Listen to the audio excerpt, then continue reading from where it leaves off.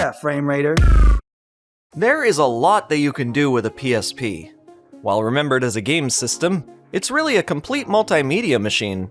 You could watch videos, listen to music, browse photos, surf the web, and that's just scratching the surface of its intended features.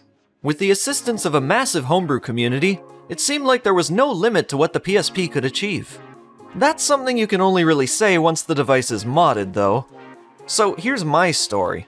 The first PSP that I got was a 3000 model in 2008, which were at the time yet to be cracked. One of the reasons that I bought a PSP was to be able to play with friends during spares. Unluckily for me, everyone else had custom firmware installed on their 1000 and 2000 models. As the firmware was incompatible, we were unable to connect. My only choice was to wait for an eventual 3000 mod solution, while my 1000 model friends would annoy the teacher by turning off the school TV using its built-in infrared sensor. Seeing all the cool stuff that people could do on a modded PSP encouraged me to dig deeper. Maybe I could find something neat to do on this unmodded system. And that introduced me to the world of Shockwave flash portals using the built-in internet browser. For the most part, these were designed to resemble various operating systems like iPhone and Windows. Make no mistake, these are custom-made and very limited. Nothing like the systems they're representing. Still, you could access some useful applications like a calculator, stopwatch, world clock, and more. Most of these included some flash games as well, but only the really simple stuff tends to run smooth. Flash portals are a neat way to have fun with your unmodded PSP, but considering how easy it is to mod any PSP now, I doubt many would play with these much today. The real fun of an unmodded PSP, beyond the selection of games, is the ability to view and play back various types of media. This isn't a big deal by today's standards, but when the PSP debuted, its functionality was quite astonishing. On top of that, it's simple to connect to a PC and transfer files over. In USB mode, the PSP acts like a memory card reader. All you need to know is where to put each file, which is simple enough, as the database is straightforward. Alright, so firstly, you can view picture files on your PSP. Does what it needs to, appropriate resolutions load right away, and it's no problem. But do keep in mind, the PSP was not designed for displaying high resolution, so bigger pictures, especially PNGs, can take a rather long time to load. Makes sense, right? Though it's frustrating how the system won't react to your inputs until the file is open. Eventually it should load in regardless, and once it does, you can do some pretty cool things. Pressing triangle brings up a menu, which is the case for all media types on PSP. You can crop, rotate, send the image to a friend's PSP via ad hoc. You can also set the current viewpoint as your wallpaper, which overwrites whatever was previously behind the cross-media bar, or XMB for short. You move the analog stick around to shift the viewpoint. Hold the square button while moving said analog stick to zoom in or out. For larger pictures, it might take a couple seconds for your image to display at full clarity. Note this orange flickering light in the meantime, which informs you that the PSP is hard at work loading the content. One other thing to note is that the PSP struggles a bit when loading media on larger cards. Modern solutions let you expand way past the intended amount of gigabyte storage. Like for example, this microSD Pro Duo adapter lets you use 2 microSD cards at once. That gives you the potential for a lot of space. In my opinion, the benefit of storing so much at once does outweigh the longer load times, especially so for those who only use their PSP to play games. The PSP's video player is still fairly good if you're looking for a portable movie solution that doesn't take up precious space on your phone. The biggest issue here is converting your files to be playable. Yeah, the PSP is a bit picky with what MP4s it'll read, though you do have to consider its age here. A lot of old MP3 players were far pickier than this thing. You're gonna need a proper video converter.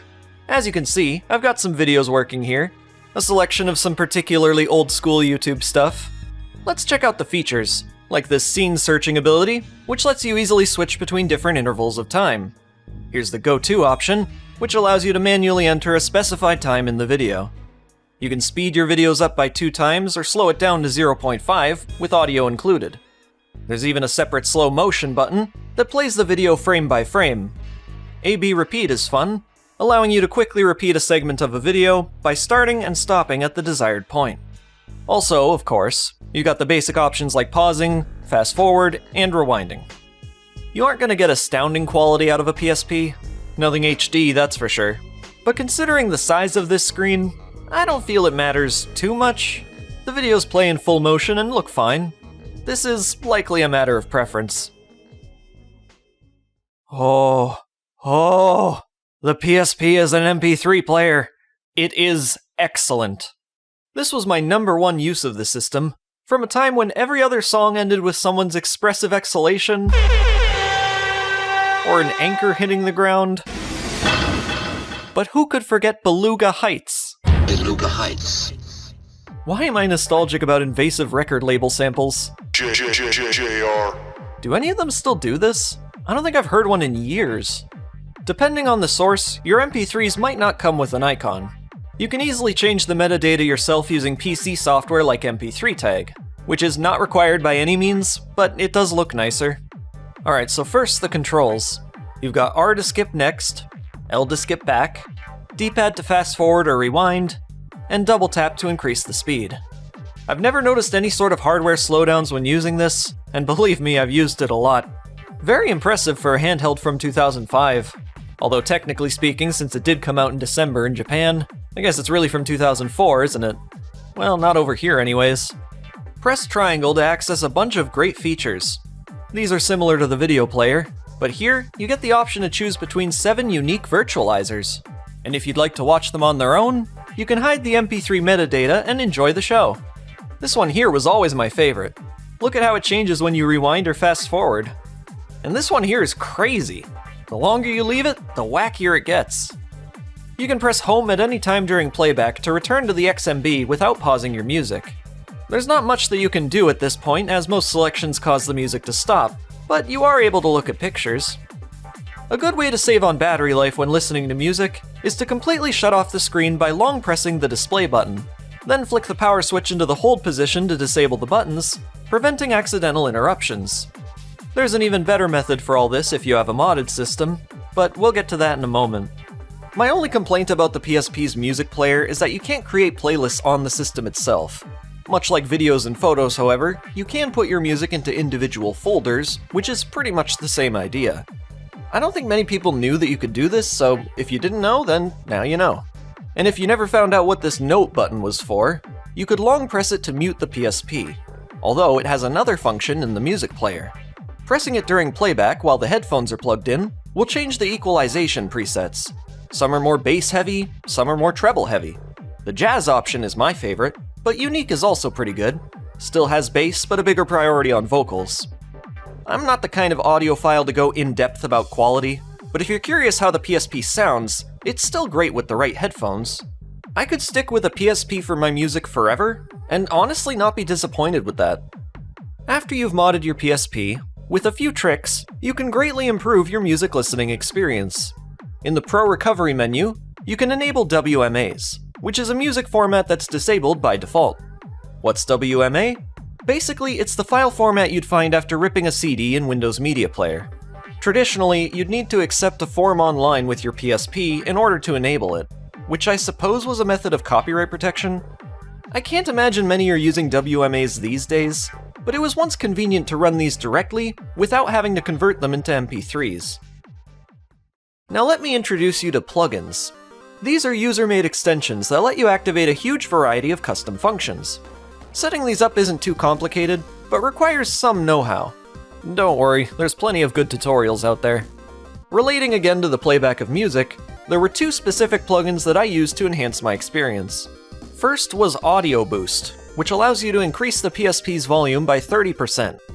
Many would install this for the speakers, but for me, it was all about the headphone output. Yes, the PSP is loud enough on its own, but well, I was a teenager once.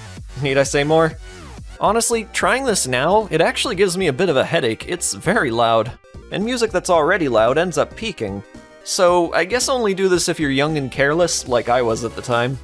Do consider a quirk with this plugin, where the last 3 volume bars can't be selected when using headphones.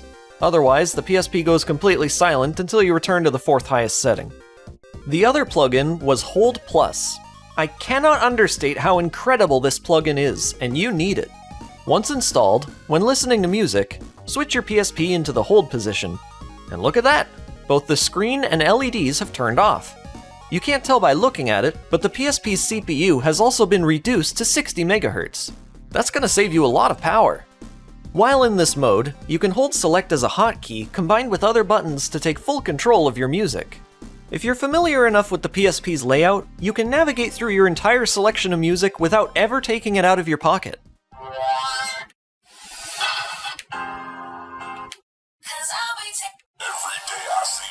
To exit this mode, simply flick up the power switch. But wait, can I still use the hold feature for other media, like videos? Yep, just hold up on the analog stick when switching over, and you're good. That must be all this plugin does, right? Nope. This plugin also significantly increases the speed at which you can scroll through your music, which is pretty much essential if you have a big selection. But I'm not done yet! Lastly, this plugin activates an optional 5th brightness setting for the screen. Why does it do that? I have no idea, but I'm not complaining. Once this video's done, I plan to return to my PSP as my main music player. And this isn't me speaking from nostalgia, honestly, it's just that convenient. A lot of plugins can be used while playing PSP games. I haven't experimented with too many of these before, but I've heard MP3 play is good. It lets you listen to music while you play. CW Cheat lets you cheat. Could be useful for experimenting with your favorites. One of the plugins that I used a fair bit was Fusa Screenshot. When you press Select plus Volume Up, it starts scanning the screen to create a BMP image. And it's weirdly satisfying to watch. There's a newer screenshot plugin called PRX Shot, which looks to be much quicker, so maybe get that one instead. I know there was some plugin to show your PSP screen on PC, and there was another to use your PSP as a PC controller. Oh, and you can't forget the category hack. This lets you put your games into subfolders, which you'll be able to select from when entering the game menu. This is great for separating genres, emulators, homebrew, PS1 games, the list goes on. This not only makes it easier to find your games, it's much faster than having to load everything in one list. Do keep in mind, some plugins will conflict with others, usually because of similar hotkeys, which in many cases you can configure yourself using included INI files. But either way, you might have to mix and match. One that shouldn't conflict with anything is CXMB, which lets you install custom community-made themes. For those unaware, PSP themes let you change the look and feel of the XMB. Without modding, you can only use PTF files, which are fairly basic. Oftentimes these only change the icons and wallpaper. Custom CTF themes are where it starts to get wacky. I don't know how, but some of these radically change the design of the XMB. Whether it be moving the icons into unusual places, or even changing the boot animation. I used to love these themes, and there are still some great ones out there. But over time, I found myself returning to the simpler stuff. I don't know, man. There's just something special about the original XMB. Emulation is something I've covered in depth before. Not too much has changed since that old video, though. Yeah, sure, a couple things, but it's slowed down in the past few years. Probably because of the huge influx of emulation devices since. Now, it might be just me, but I still recommend the PSP over many of those. Not all of them, sure, at least for the platforms that the PSP is capable of running smoothly. Why would that be? Because the PSP is just so darn comfy to hold. I've played with a lot of these newer handhelds, and while some feel fine, I'm yet to use something that compares to the excellent form factor and buttons on the PSP. Sony's PS Vita is also good, but I feel like the buttons were a bit of a downgrade, especially if you're emulating a platformer like Super Mario, where you have to hold a button down to run. It takes more pressure to push in the Vita's buttons. Subtle, sure, but enough to cause my thumb to cramp up after prolonged play. That just never happens when I'm using my PSP. Its buttons are effortless to push, yet somehow still feel great to use. They really nailed the design here. Now, do keep in mind that the PSP is a strictly retro emulation device by today's standards. Nintendo 64 games are hit and miss, and you can forget all about Dreamcast or Nintendo DS. Game Boy Advance games run well, usually. There are still numerous games that you can't play through. If you're mostly interested in running old Atari, Nintendo, and Sega stuff, then in my opinion, you should still consider a PSP. A soft mod is required to run emulators though, so if it hasn't been already, you will have to mod it. Not hard, foolproof if you follow a good tutorial, and it only takes a few minutes.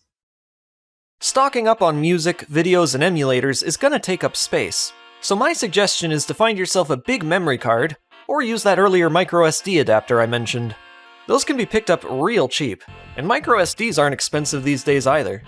The original Pro Duo memory sticks aren't in high demand anymore, but let me tell you, they weren't always cheap. People often remark about how expensive the PS Vita's accessories were, and yes, they were, but the PSP wasn't much different. UMDs were also quite expensive. Getting a decent library would cost you a fortune. As PSPs are easily moddable, all the UMDs are good for now is consuming battery life. Thus, I wouldn't suggest using these for play. Just install the game one time with the Homebrew app ISO tool, and store that UMD away for good. Then use Danny K's PSP ISO compressor to convert them into CSOs and save space. This PSP that you see here is not my original model. I picked it up about a month ago at a local game store. Unfortunately, the UMD reader hardly works, and actually screams when I try to use it. Why does this keep happening? I know, given what I just said, I don't really need the UMD drive to work, but it's still kinda disappointing. I find the UMDs themselves to be a cool little invention. Discs in little plastic cases to keep them safe. Remember portable CD players, and how excessive movement during use could scratch the discs? I imagine Sony designed UMDs with that in mind to keep this from happening. It also makes them easier to travel with. CD binders were a mistake. Cool as the UMD is, a lot of these you find today are busted. Whatever held these cases together must not have been the most secure. You can easily replace the cases if you need to, though. Not something I've ever done, but the tutorials seem simple enough. UMD movies are interesting. They're exactly as it sounds, full movies on UMDs. They're entirely unique to the PSP, as their implementation was never brought over to the PS Vita's Adrenaline launcher.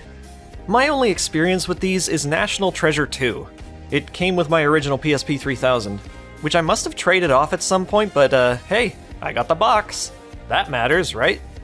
I've already talked about the PSP's video player, so I can't really think of much to say about UMD movies. It's pretty much the same deal as before. I always like those integrated menus though, akin to a DVD or Blu-ray disc. You can sense that they wanted to replicate the feeling of a home theater in the palm of your hands. Now compare this with the earlier GBA video and, well, wish I had a PSP 1000 on me right now. Sure, they had less RAM and a comparatively worse screen, but loading UMDs felt so much cooler. There was a slider for launching open the UMD door, which was a little dramatic. I remember this inspired someone to make the PSP into a weapon in Gary's mod. What a time to be alive. Hey, remember that PSP Camera? Now look, I'm not about to mention every available gimmick for the PSP, but this one always interested me. I knew someone with the Invisimals bundle. That was some augmented reality Digimon-esque title. Looked neat enough. Never tried it myself, but I did play around with Go Edit a little. This, in conjunction with the camera, allowed you to create and edit videos on your PSP.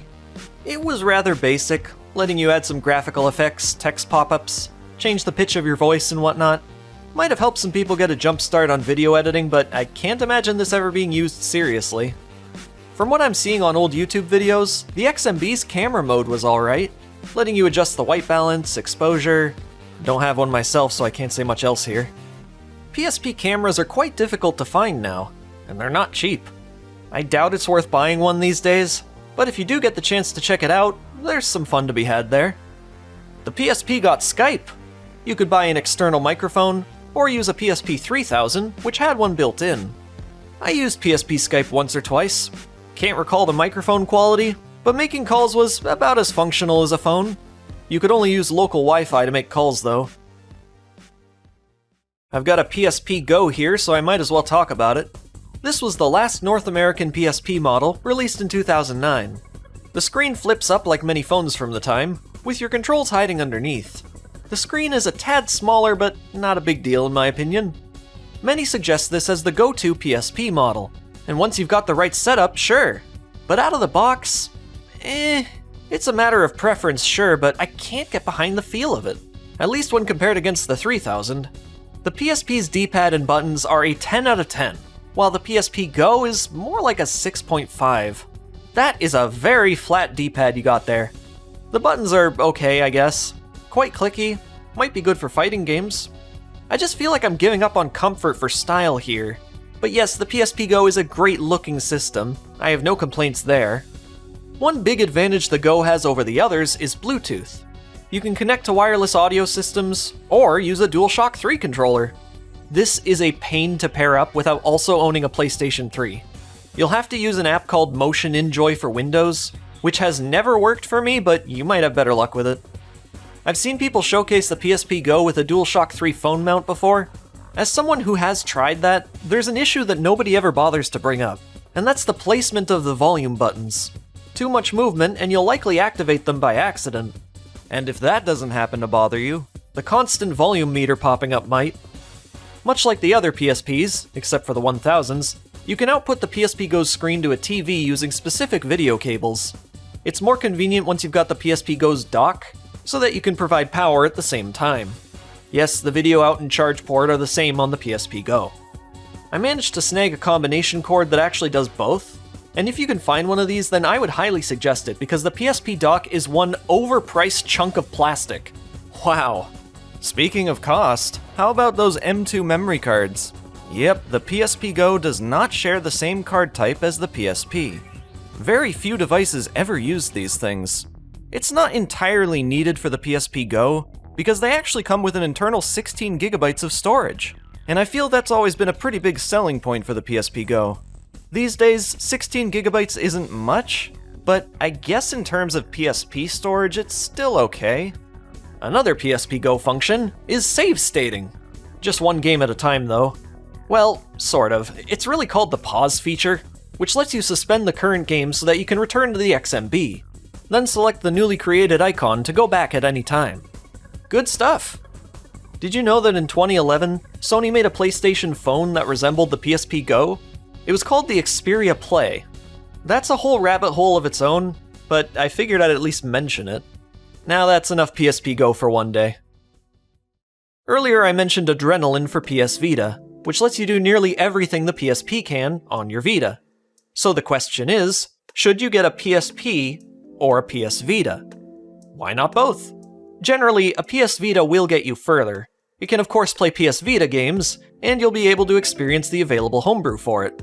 I do use my Vita a lot, though I've been using this PSP more since picking it up. I'll just say this again, the PSP is darn comfy. I'm honestly having a hard time deciding which I prefer between the two. If you must pick one over the other, then I'd suggest playing it safe with a Vita. Otherwise, I recommend both for their individual strengths. Try to get a 3000, as it has a better screen, slightly comfier design with its concave surface between the buttons, and that built-in microphone, I guess. The Sony PSP. An excellent multimedia handheld with the echo of a once thriving community behind it. If you've never experienced the world of PSP before, I couldn't recommend it enough. Thanks for watching, I hope you enjoyed, and I'll see you next time. You know you're still on the call, right?